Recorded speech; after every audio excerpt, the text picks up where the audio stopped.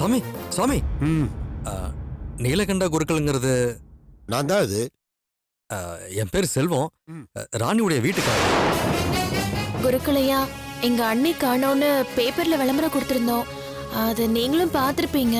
விளம்பரம்? அது வந்து ஐயா, எங்க அண்ணி இருக்கிற இடம் உங்களுக்கு தெரியும்னு தெரிஞ்சுதான் நாங்க உங்களை பார்க்க வந்திருக்கோம். தயவு செஞ்சு கேக்குறையா, எங்க அண்ணி எங்க இருக்காங்கன்னு சொல்லுங்க. எங்க அண்ணி வீட்டை விட்டு வெளியே போனதுல இருந்து எங்க அண்ணன் பச்சை தண்ணி கூட குடிக்காம பைத்தியக்காரர் மாதிரி அலைஞ்சுக்கிட்டு இருக்காரு. தயவு செஞ்சு சொல்லுங்க. ராணி ஏதோ ஒரு சின்ன குழந்தைக்கு ஆபரேஷன் ஒரு பாட்டிமாவை தேடி போயிருக்கா. அந்த வீட்டில் உள்ள பொண்ணு என் தங்கச்சிக்கு பழக்கம். அவங்க ஃபோன் பண்ணி சொல்லிதான் நாங்க உங்களை பார்க்க வந்திருக்கோம். என்ன இப்படி தர்ம சங்கடத்துல தள்ளுறல, எனக்கு என்ன சொல்றதுனே தெரியல. தினதினம் பகவானுக்கு பூஜை பண்றவன் நான். அவளுடைய சன்னிதானத்துல நின்னு நான் பொய் சொல்லக்கூடாது.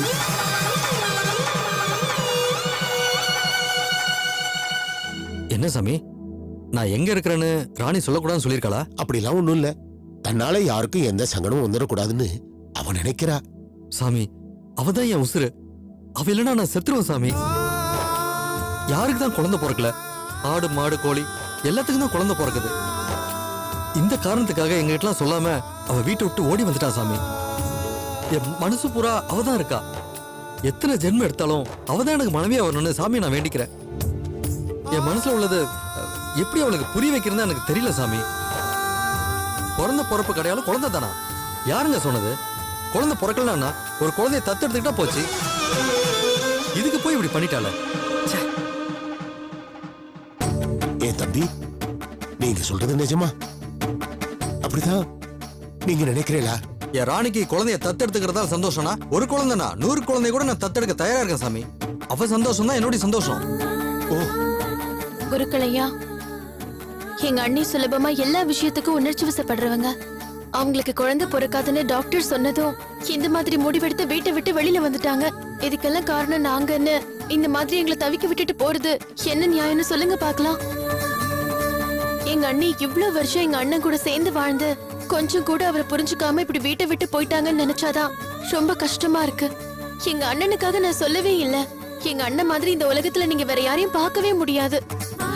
எங்க அண்ணி இப்படி பண்ணிட்டு போயிட்டாங்களேன்னு கொஞ்சம் கூட என் அண்ணனுக்கு எங்க அண்ணி மேல கோவமே இல்ல.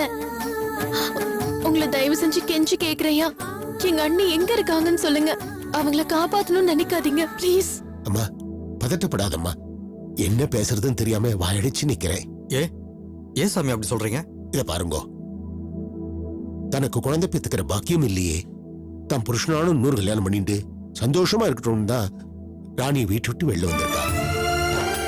நீங்க என்னடான்னா ராணி தான் என்னுடைய குழந்தைன்னு சொல்றேன். இப்படியா புருஷனும் பொண்டாட்டியும் போட்டி போட்டு இவ்வளவு நல்லவளா இருப்பேள்? வாழ்க்கை ரொம்ப சிறுசு சாமி. கண்ணை மூடி திறக்கிறதுக்குள்ள நம்ம வாழ்க்கை முடிஞ்சு போயிடும். இருக்கிற கொஞ்ச நாள்லயாவது நல்லவனா வாழ்ந்துட்டு போலாம் நான் நினைக்கிறேன். அதுல என்ன சாமி தப்பு இருக்கு? தப்பே இல்ல. சொல்ல போனா அப்படிதான் இருக்கணும். நான் ஒண்ணு சொல்லட்டுமா? தனக்கு பிடிச்ச உன்ன வேண்டான்னு சொல்றதுக்கு பேரு தான் தியாகம். காசிக்கு போய் வேப்பங்காய விட்டு வந்தேன், வேப்பம் பழத்தை விட்டு வந்தேன்னு இப்படி சாப்பிடாத பொருள்லாம் காசியில விட்டுட்டு வந்ததா எல்லாரும் சொல்லுவாங்க. காசிக்கு போனேன், கண்ட கண்ட லகரி வஸ்துக்கெல்லாம் விட்டுட்டு வந்தேன்னு யாரையானு சொல்லுங்க பார்க்கலாம். தியாகங்கிறது பெரிய வார்த்தை. அதை செய்யணும்னு நினைக்கிற மனசு அதை விட பெருசு. ராணி உங்களை விட்டு போகணும்னு நினைச்சது உங்களை பிடிக்காம இல்ல, உங்க மேல இருக்கிற அக்கறையினால தான் அவளை அப்படி செய்ய வச்சுது. நீங்க நன்னா இருக்கணும்னு நினைச்சுதான் அவ வீட்டு விட்டே வெளில வந்திருக்கா. அவ இல்லாம எனக்கு நல்ல வாழ்க்கை இல்ல சாமி. தயவு செஞ்சு அவ எங்க இருக்கான்னு சொல்லுங்க. உங்களை கெஞ்சி கேட்கறேன் ப்ளீஸ் சாமி.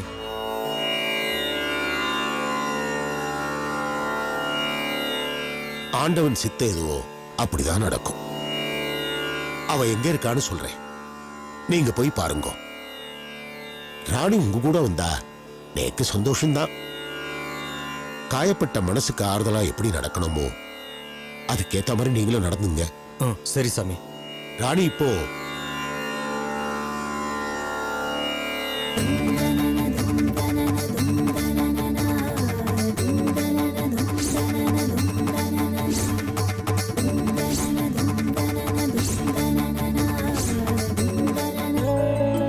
ரொம்ப தேங்க்ஸ் சாமி. நல்லது. இந்த உசுர் இருக்கிற வரைக்கும் உங்களை மறக்கவே மாட்டேன். நல்லா இருக்கும். நாங்க வரோம் சாமி. தீர்க்கா ஷர்மா.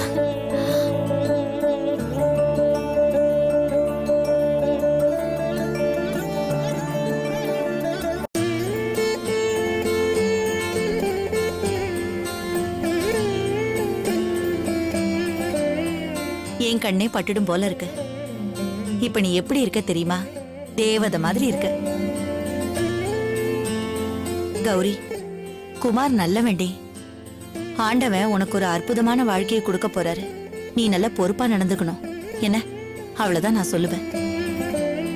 உங்க அப்பாவுக்கு இந்த கல்யாணம் கௌரவம் சம்பந்தப்பட்ட விஷயம். எனக்கு இது நிம்மதியை கொடுக்கிற விஷயம். நீ என்னைக்கும் எப்பவும் சந்தோஷமா இருக்கணும் கௌரி. அதைத்தாமா நானும் வேண்டிக்கிறேன். நீங்க ஆசைப்பட்ட மாதிரி நான் அந்த கல்யாணத்துக்கு ஒத்துக்கிட்டது ஒரு பக்கம் இருக்கட்டும். நான் சொன்னது என்னாச்சு? எனக்கு தெரியாம மட்டும் காயத்ரி இந்த கல்யாணத்துக்கு வந்தான்னு தெரிஞ்சது. ஷோ, ஏண்டி திரும்ப திரும்ப அத பத்தியே பேசிட்டு இருக்க? அவ வரமாட்டா, போதுமா? நான் நேர்லயே போய் சொல்லிட்டு வந்திருக்கேன். என்னன்னு? உன் தங்கச்சி கல்யாணம் நல்லபடியா நடக்கணும்னா நீ இந்த கல்யாணத்துக்கு வராதன்னு சொல்லிட்ட. இப்ப சந்தோஷம் தானே? திருப்தியா இல்லையாங்கிறது முக்கியம் கிடையாது. இந்த கல்யாணம் நடக்கணுமா வேணாமாங்கிறது உங்களுக்கு ரொம்ப முக்கியமான விஷயம். அதான் சொல்றேன், அது உங்க பொறுப்பு. என்ன கௌரி, என்னாச்சு? என்னமோ சொல்லிட்டு இருக்க? இல்லப்பா, இது வரைக்கும் நான் உங்ககிட்ட எதுவுமே கேட்டதில்ல. நீங்களே என்ன செய்றீங்களோ அதை தான் நான் ஏத்துட்டு இருக்கேன். வாழ்க்கையில முறையா நான் உங்ககிட்ட கேட்க போறது இதுதான்ப்பா. என்னோட கல்யாணத்துக்கு காயத்ரி வரக்கூடாது. நான் கேட்டது கேட்ட மாதிரி நடக்குமா இல்லையான்னு தான் அம்மா கிட்ட கேட்டுட்டு இருந்தேன். நீ கவலைப்படாதம்மா, அவ வரமாட்டா. எனக்கு கவலை எல்லாம் இல்லப்பா. ஆனா ஒரு விஷயத்த தெளிவா சொல்லிடுறேன். அக்கா மட்டும் இந்த கல்யாணத்துக்கு வந்தானா மனமேடையில நான் இருக்க மாட்டேன். அப்புறம் தாலி கட்டுற நேரத்துல கல்யாண பொண்ணே கல்யாணத்தை நிறுத்திட்டான்னு சொல்லி எல்லாரும் பேசுவாங்க. அது உங்களுக்கு தான் அசிங்கம். ஏண்டி இப்படி எல்லாம் பேசுற? அதான் காயத்ரி வரமாட்டா நானே சொல்றேன்ல. நீ விடு கௌரி, அவ வரமாட்டான்னா வரமாட்டா. வராம இருக்க என்ன செய்யணுமோ அதை நான் செய்யறேன். அது என் பொறுப்பு. போதுமா? நல்லதுப்பா.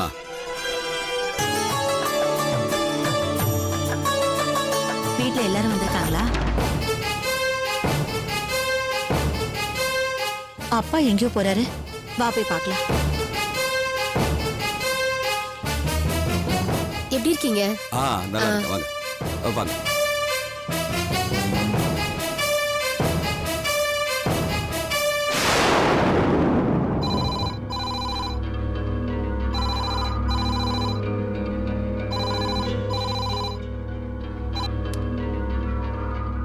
ஹலோ.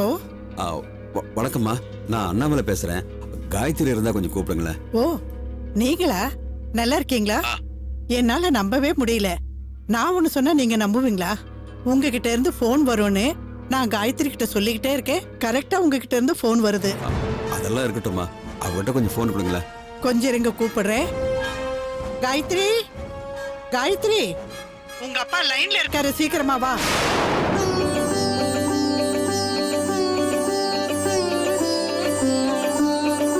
இந்தா, உங்க அப்பா லைன்ல இருக்காரு, பேசு. அப்பா, காயத்ரி, உனக்கு நான் எதுக்கு போன் பண்ணணும்னு ரொம்ப யோசிச்சேன். ஆனா நாம விரும்புறது ஆசைப்படுறது நடக்கணும்னா நம்ம வீராப்ப விட்டு கொடுக்கறது தான் சரின்னு தோணுச்சு. அதான் போன் பண்ணேன். அப்பா, என்னப்பா நீங்க என்னென்னமோ சொல்லிக்கிட்டு? எனக்கு இப்ப எப்படி இருக்கு தெரியுமா? நிச்சயம் நீங்க என்ன புரிஞ்சுக்குவீங்க, என்ன ஏத்துக்குவீங்கன்னு நான் மனசார நம்பினேன்பா. நேத்து பூரா ஒரு வாய் கூட சாப்பிடல, ராத்திரி பூரா தூங்கல. பாட்டி தான் சொல்லிக்கிட்டே இருந்தாங்க, நிச்சயமா உங்க அப்பா கூப்பிடுவாரு, உன் தங்கச்சி கல்யாணத்துக்கு நீ போவேன்னு. நான் போன் பண்ணது அதுக்கு தான்.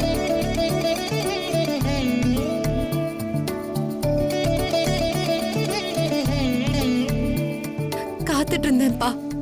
அன்னைக்கு குமார் மாமா கூட சொன்னாரு, உங்க அப்பா சீக்கிரம் மனசு மாறிடுவாரு, உன்னை புரிஞ்சுப்பாரு, உன்னை ஏத்துப்பாருன்னு எப்படிலாம் நம்பிக்கை கொடுத்தாரு தெரியுமா? அது இவ்வளவு சீக்கிரம் நடக்கும்னு நான் நினைக்கவே இல்லப்பா. என்ன கொஞ்சம் பேச விடுறியா? தப்பி தவறி கூட நீ கல்யாணத்துக்கு வந்துடக்கூடாதுன்னு சொல்லத்தான் உனக்கு போன் பண்ண.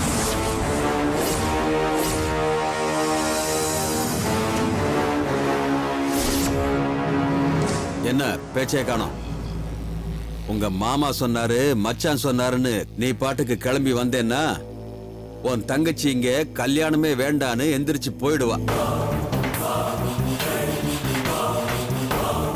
இங்க பார், உன்னால போன என் மானம் மரியாதையெல்லாம் உன் தங்கச்சியால தான் எனக்கு திரும்பி வரும்னு எதிர்பார்த்துட்டு இருக்கேன்.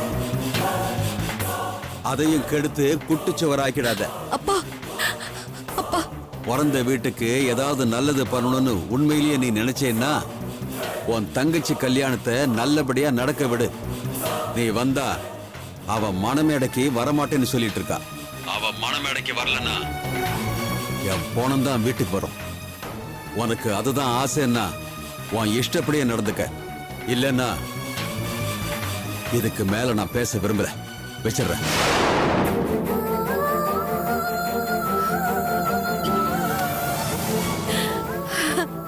காயத்ரி என்ன சொன்னாரு போன்ல? ஏன் அழற? என்ன சொன்னாரு சொல்லு. கல்யாணத்துக்கு வரக்கூடாதுன்னு சொல்லிட்டாரு பாட்டி.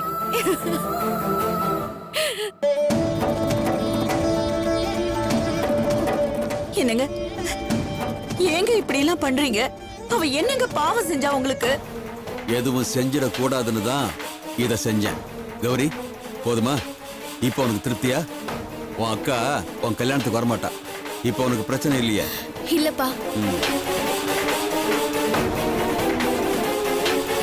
அடி பாவி, கூட பிறந்த அக்காவை இப்படி யார மாதிரி ஆக்கிட்டியே? அவ இல்லாம உனக்கு வாழ்க்கையே இல்லடி. எனக்கு எதுவும் பிரச்சனை இல்லம்மா. அவ வந்து அந்த கல்யாணம் நடக்காது, அவ்வளவுதான்.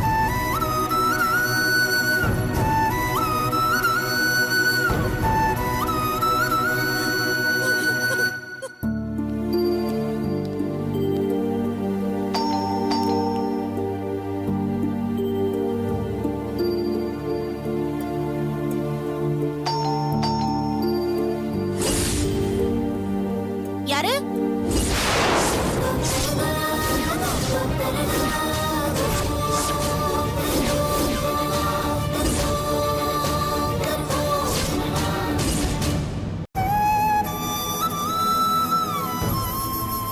என்ன நீ இப்படி பண்ணிட்டீங்க?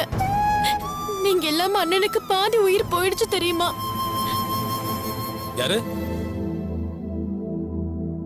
சொல்லுங்க சார், என் பேரு செல்வம். ராணியுடைய வீட்டுக்காரரு. பாத்தியா, நான் அப்பவே சொல்லல. அவங்க பேப்பர்ல விளம்பரம் கொடுத்தப்பவே நினைச்சேன். தம்பி, ராணி எங்க வீட்டுக்கு வந்தப்ப அவங்க யாரு என்னன்ற விவரம் எங்களுக்கு தெரியாது. உங்க விளம்பரத்தை பார்த்ததுக்கு அப்புறம் தான் அவங்க யாருன்ற விவரத்தையே சொன்னாங்க. சார், எனக்கு யார் மேலேயும் கோவம் வருத்தம் இல்ல சார்.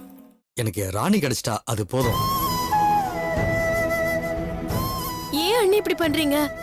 குழந்தை இல்லைன்னா என்ன? நாட்டுல எல்லாருக்குமா குழந்தை பிறக்குது? குழந்தை பிறக்காதவங்கள சந்தோஷமா இல்லையா? இல்ல சந்தோஷமா தான் வாழலையா? நல்லா சொல்லுமா. நானும் இதே தான் சொன்னேன். கோபப்பட கூட முடியாத அளவுக்கு ரொம்ப நல்லவளா இருக்காங்க உங்க அண்ணி. ஏமா உன் புருஷனை விட்டுட்டு வந்தேன்னு கேட்டதுக்கு தன்னால ஒரு வாரிசை பெத்து கொடுக்க முடியல, 2வது கல்யாணம் பண்ணி வர்றவ மூலியமா ஒரு வாரிசை பெத்து கொடுக்கட்டும்னு சொல்றாமா. முடியும் நினைக்கிறா ராணி? உன்னை நினைச்ச என் மனசுக்குள்ள இன்னொருத்தி எப்படி என்னால நினைக்க முடியும்? இல்ல என் கண்ணுதான் எப்படி இன்னொருத்தைய பாக்கும்? என் புத்தி தான் இன்னொருத்தைய நினைக்குமா? என் விரல் நுனி கூட இன்னொருத்தி மேல படாது.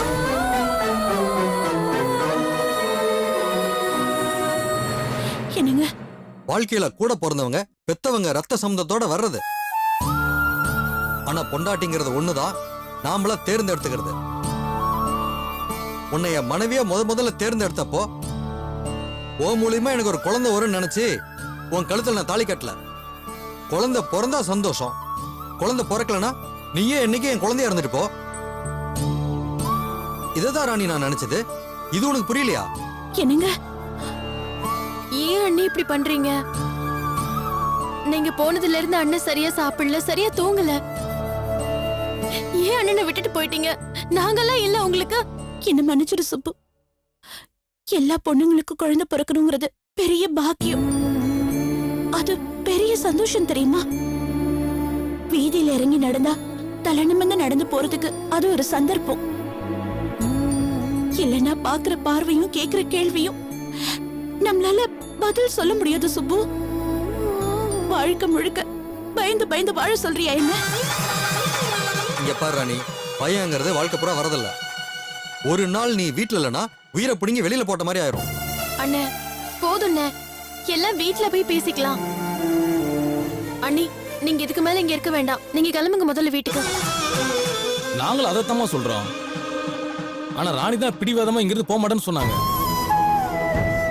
என்னைக்காவது ஒரு நாள் நீங்க அவங்களை தேடி வருவீங்கன்னு எனக்கு தெரியும். நாங்களும் அதை எதிர்பார்த்துட்டு தான் இருந்தோம். நீங்க என்ன சார் பண்ணுவீங்க? இத்தனை நாள் என் ஒய்ஃபுக்கு அடைக்கலம் கொடுத்ததுக்கு நான் தான் உங்களுக்கு நன்றி கடனா இருக்கணும். போதும் சார், என் ஒய்ஃப் என் கூட அனுப்பிச்சு வைங்க. வேண்டாங்க, நான் உங்க கூட வரல. போதும் ராணி, இதுக்கு மேல எதுவும் சொல்ல வேண்டாம். என் கூட வரையா இல்லையா? நான் வரணுமா? ஆமா, வந்தே தீரணுமா? நீ வராம நான் இங்கிருந்து போறதில்ல ராணி.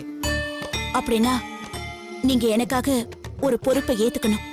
அதுக்கு சம்மதம்னா நான் உங்க கூட வர தயார். என் கூட வாங்க.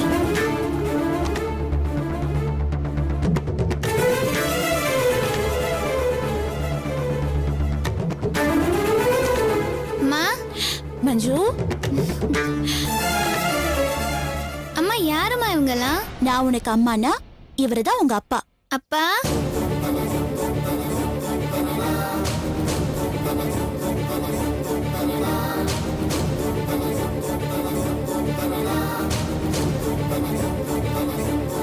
என்னங்க அப்படி பாக்குறீங்க?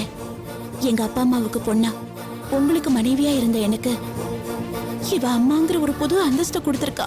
ஆமாங்க, இவ என்ன அம்மான்னு தான் கூப்பிடுறா. இந்த ஒரு வார்த்தை தான் எங்களுக்குள்ள இல்லாத ரத்த உறவை இருக்கிற மாதிரி ஆக்கிடுச்சு. ராணி, நான் முடிவு பண்ணிட்டேங்க. வயித்துல பிறந்தாதான் குழந்தையா? இவ எனக்கு கடவுள் போட்ட பிச்சைங்க. அனாதையா கோயில் மண்டபத்துல இருந்தவள என் மனசார நான் குழந்தைய ஏத்துக்கிட்டேங்க. அதனால நீங்களும் இவள மகளா ஏத்துக்கிட்டீங்கன்னா நான் நம்ம வீட்டுக்கு வரேன். இல்லைன்னா ராணி, உனக்கு ரொம்ப பெரிய மனசு ராணி. இது எத்தனை பேருக்கு வரும்? நீ நல்ல காரியம் தான் செஞ்சிருக்க. இதை போய் நான் வேண்டான்னு சொல்லுவேன். பெத்த குழந்தைக்கு பால் சோறு கொடுக்கறத விட வாழ வழி தெரியாம தவிச்சிட்டு இருக்கிற ஒரு குழந்தைக்கு 4 வார்த்தை படிப்பு சொல்லி கொடுத்து அவ வாழ்க்கையை விளக்கேத்தி வைக்கிறது எவ்வளவு உயர்வானது. இவ உனக்கு மகனா, எனக்கும் மகதான். இந்த நிமிஷத்துல இருந்து சொல்றேன், சாகுற வரைக்கும் இந்த குழந்தைக்கு நல்ல தகப்பனா இருப்பேன். இது உன் மேல சத்தியம். என்ன நம்பு ராணி, இந்த குழந்தைக்கு ஒரு நல்ல தகப்பனா இருப்பேன். பாப்பா. மஞ்சு, அப்பா கூட போ, நான் வரேன். ரொம்ப சரி, நன்றி. வாங்கம்மா. அம்மா, ரொம்ப நன்றிம்மா. இவ்வளவு நாள் என்ன தங்க வச்சு சாப்பாடு போட்டதுக்கு ரொம்ப நன்றிம்மா. இந்த நன்றியை நான் என்னைக்குமே மறக்க மாட்டேன். பரவாயில்லம்மா, நீ ஒண்ணும் கவலைப்படாத. சரிங்கம்மா, நான் வரேன். நீ நல்லபடியா வரேம்மா. போயிட்டு வா. வரேங்கய்யா.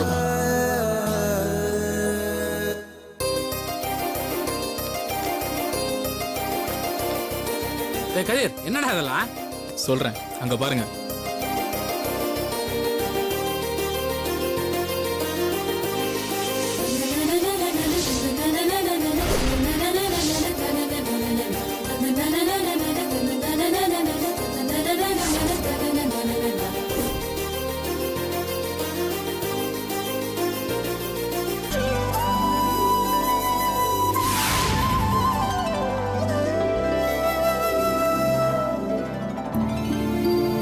அப்பா, நான் இந்த ட்ரெஸ்ல அழகா இருக்கேனா? உன்னால தானே இந்த ட்ரெஸ் அழகா இருக்கு. அப்பா, இப்ப கேளுங்கப்பா உங்க டவுட்ட. எதுக்கு கேக்குன்னு கேட்டீங்களே? வீட்டுக்கு புதுசா ஒரு மெம்பர் வந்திருக்காங்கல்ல, அதை செலிப்ரேட் பண்ண வேண்டாமா? அதுக்கு தான். ஆமா மாமா, ஒரு குழந்தை பிறந்ததுக்கு அப்புறம் தான் அம்மாக்கு மறு ஜென்மன்னு சொல்லுவாங்க. எனக்கு பிறக்காத இந்த குழந்தை தான் என் ராணியை சேர்த்து கூட்டிட்டு வந்திருக்கு. இந்த மஞ்சு வீட்டுக்கு வந்த இந்த நாள் தான் இனிமேல் அவ பிறந்த நாளை கொண்டாட போறேன். ரொம்ப சந்தோஷமாப்ல. என்னங்க, நான் செஞ்சதெல்லாம் தப்புதான். ஆனா இந்த நேரத்துல எதுக்கு ராணி இதெல்லாம் பேசிட்டு இருக்க? சரி தப்பு, நியாயம் அநியாயம் இதெல்லாம் தீர்மானிக்கிறது யாரு? கடவுள். எனக்கு சரின்னு படுறது உனக்கு சரின்னு படாது, உனக்கு நியாயம் படுறது எனக்கு நியாயம் படாது. இங்க பார், எப்பவுமே அன்புதான் நிரந்தரம், புரியுதா? இந்த நல்ல நாள்ல நீ மன்னிப்பு அது இதெல்லாம் சொல்லிட்டு கூடாது, புரியுதா? என்னங்க, அண்ணி, ஆம்பளை குழந்தைனா கூட ஆர்டினரி தான். பொம்பளை குழந்தைக்கு நீங்க அம்மாவா இருக்கீங்க. இது ரொம்ப ரொம்ப ஸ்பெஷல். எனக்கு கவனிப்புல பலமா இருக்கணும். ஆமா. அம்மா ராணி, உன்னை கேக்குறேன், கோச்சுக்காம பதில் சொல்லு. உனக்கு குழந்தை பிறக்காதுன்னு டாக்டர் சொன்னதும் வீட்டை விட்டு போயிடணும், செத்து போயிடணும், மாப்பிளைக்கு இன்னொரு கல்யாணம் பண்ணி வைக்கணும்னு இப்படி எல்லாம் யோசிக்க தெரிஞ்ச உனக்கு ஒரு குழந்தைய தத்தெடுத்துக்க தெரியலையா? இல்லம்மா, நான் எதையும் மறைக்க விரும்பல. உண்மையிலேயே எனக்கு குழந்தைய தத்தெடுக்கணும்னு அப்ப எனக்கு தோணல. நானா கூட இந்த குழந்தைய தேடி போகல, அவளாதான் எனக்கு கிடைச்சா. கடவுள் கொடுத்த வரமாதான் நான் இவளை பாக்குறேன். எல்லாருக்கும் கடவுள் குழந்தைய வயித்துல கொடுப்பாரு, ஆனா எனக்கு வழியில கொடுத்தாரு. எனக்கு கிடைச்ச இந்த ரத்தினத்தை பத்திரமா பாதுகாத்து நல்லபடியா வளர்த்து ஆளாக்கணும்னு நான் முடிவு பண்ணிட்டேம்மா. போதுரா, நீ எவ்வளவு நேரம் தான் எவ்வளவு பாத்துட்டு இருப்பா? மஞ்சு, கேக்க கட் பண்ணலாமா? ஏய், ஒரு நிமிஷம் இரு.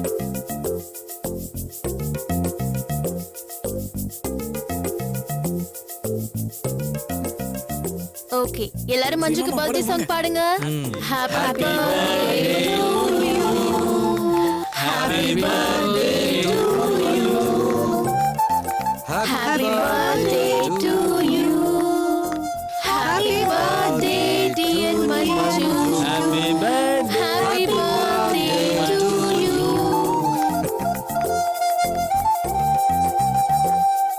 பார்த்து ஸ்லோவா. அப்பா, இந்த கேக்க நீங்க அம்மாக்கு ஊட்டி விடுங்க. நானா?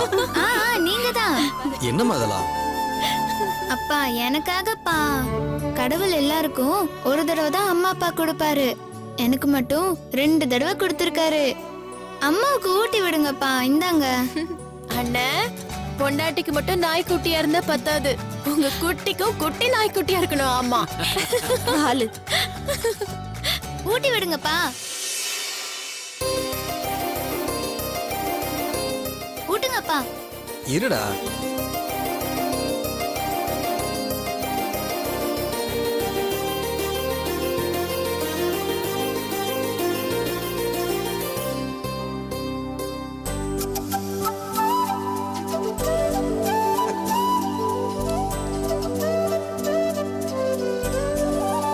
இது போதும் மாப்பிள்ள. எனக்கு என் பொண்ணு இப்ப நல்லா இருக்கா, ஒரு நல்ல மனுஷன் கையை பிடிச்சிருக்கா. எனக்கு இது போதும் மாப்பிள்ள. இந்த ஜென்மத்தில் எனக்கு இது போதும் மாப்பிள்ள. எனக்கு போதாது மாமா. நான் மஞ்சுவை சொன்னேன். ராணி, மஞ்சு எப்பவும் நம்ம கூடயே பர்மனண்டா இருக்கணும்னா சில விஷயங்கள்லாம் உடனே பண்ணணும், தள்ளி போடக்கூடாது.